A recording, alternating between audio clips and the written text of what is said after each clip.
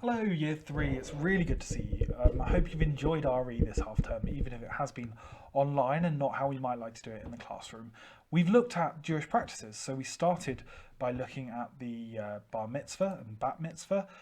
We took a look. Oh, sorry, no, we started looking at the synagogue, didn't we? We looked at how we can tell a building is a synagogue. We looked at the different date system that Jewish people use and the language, the Hebrew language. Then we looked at the bar and bat mitzvah, and I thought that was really interesting because you're in a couple of years, you might know people who are going to be having a bar mitzvah or a bat mitzvah. So that was interesting to look at. Then we did a writing lesson, and you wrote some amazing paragraphs that really were just excellent. So well done, really good. And now we're going to do another one of those writing lessons, but this time about the two festivals we learnt about, Hanukkah and Rosh Hashanah. And we looked a little bit at Yom Kippur as well, but Hanukkah and Rosh Hashanah. So Hanukkah, remember, the Jewish festival of lots of candles, Jewish festival of light. And then Rosh Hashanah was the Jewish celebration of New Year. Okay, so celebration of light in December, and then Rosh Hashanah, New Year, which is around about September. So let's take a look at the quiz before we go any further. Oh, I've answered one of these questions for you already. Okay, have a go. 3 questions, go. Welcome back. Should be quite straightforward because I think we talked about most of these. What is Jewish New Year called? It's called Rosh Hashanah because Hanukkah is the festival of light and Yom Kippur is called the Day of Atonement. So that's when they ask for forgiveness for all the things they've done wrong. A synagogue is a Jewish place of worship because the Jewish holy book is called the Torah or the Tanakh, as we learnt back in September. And what do Jewish people light at Hanukkah? They light candles on a menorah. They don't set the menorah on fire. That's a poorly worded question. They light the candles on the menorah. Okay, what we're going to do today is write another paragraph about what happens at Hanukkah and Rosh Hashanah and why these two things are important. All of our paragraphs always start with a topic sentence, and the purpose of this is to help the reader understand what we're going to be doing in the paragraph.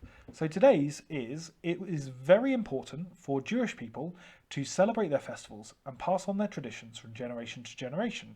It keeps a link with the past and the next generation.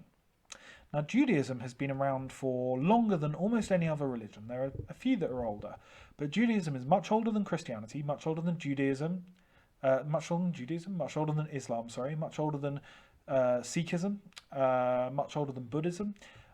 Is it older than Buddhism? Mr. Smith, you should check that actually. Buddhism 2500. I think it is older than Buddhism because it's sort of people. There's a lot of debate about it. I think we talked about this back in September, but it's was 3,000 years old ish. 3,400 years old, and therefore it has been passed down by families through generations. So you would learn about these celebrations, you'd learn about the stories of Judaism from your parents, who'd learn it from their grandparents and their great-grandparents, going back many years.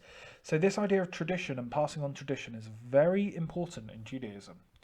Okay, now what I would like you to have a go at is these 3 sentences here. You don't need to necessarily write loads of detail because this is just a plan and we're going to expand on it in our full paragraph. But I would like you to pause the video and have a go at rewriting these 3 sentences, and then I'll come back and we'll go through them. Pause the video. Pause. Okay, welcome back. So during Hanukkah, Jewish people celebrate by, if you said eating oily foods to represent the oil in the story, well done. But when you write your paragraph, you could actually add the fact that that represents the oil in the lamp that doesn't run out in the Hanukkah story. And that would be like a huge, massive, great big tick, because you're not just explaining what they do, but you're explaining why they do it and the links to the symbolism behind it, okay? Symbolism is what is the meaning behind the things that we do. So why do Christians wear crosses? Why do Sikh people have symbols with swords in them? And in Judaism, the oily foods represents the oil in the lamps. They light candles because it's a festival celebrating light, and they light candles on the menorah that represent the days for which that lamp burned. They play the spinning top game called dreidel. E before I before E. I think it's that way around. Dreidel. They also give each other gifts as well. I don't know if you have any other answers to that, but looking back at our little thing here, we've got the dreidels, we've got the gifts, the candles, the oily foods. Now, Rosh Hashanah is celebrated by, they blow on the shofar. Now, do you remember what a shofar was? That was the ram's horn. Okay, so it's bringing in the new year by blowing on this symbolic ram's horn. And obviously, we're talking thousands of years ago. This is another tradition that's passed down through thousands of years. They don't mean to get that. There we go. They eat sweet foods to represent a sweet new year. Do you remember which foods in particular? Apple dipped in honey. I went to a Jewish friend's house and we had celebrated Rosh Hashanah, and apple dipped in honey was absolutely lovely. Really enjoyed it. Anything else that you can think of related? I mean, they read from the Torah. They have the pomegranate, don't they? Yes, the pomegranate. The seeds in the pomegranate represent all the different commandments, the mitzvot that they have to follow.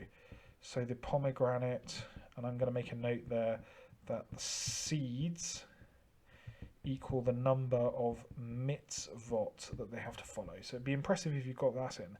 Now, your answer to point 3 is going to be more your own opinion. So continuing on centuries-old traditions is important for Jewish people because it helps to link to the past. It helps to keep their religion strong by passing on the messages. It's interesting. It helps them decide how to act if they follow the same rules as their ancestors. Your answer there, as I say, is going to be your own answer, so you'll be able to give your own opinion. Now, what I want you to do is I want you to take these 3 points. I want you to write your topic sentence, your first point, your second point, and your third point in full sentences, okay, down there. What I would say is you might not have enough room on those lines. I've just realised there's not very many lines there. So what you might want to do is go onto the last page of your booklet or onto some other paper or find another gap to write. And that's what you need to do today. So you are superb writers. I hope you do that and send it in to your teachers on your Year 3 email account because it's so good. I love seeing your RE writing. It always makes me feel so proud of you. Next half term, we're taking a completely different route with RE. We're going to be looking at churches. You might have an idea in your head of a church already. And one of the first things I'm going to get you to do is draw a picture of a church. And then I'm going to say, no, actually there are so many different styles. We're going to look at the different types and styles of churches.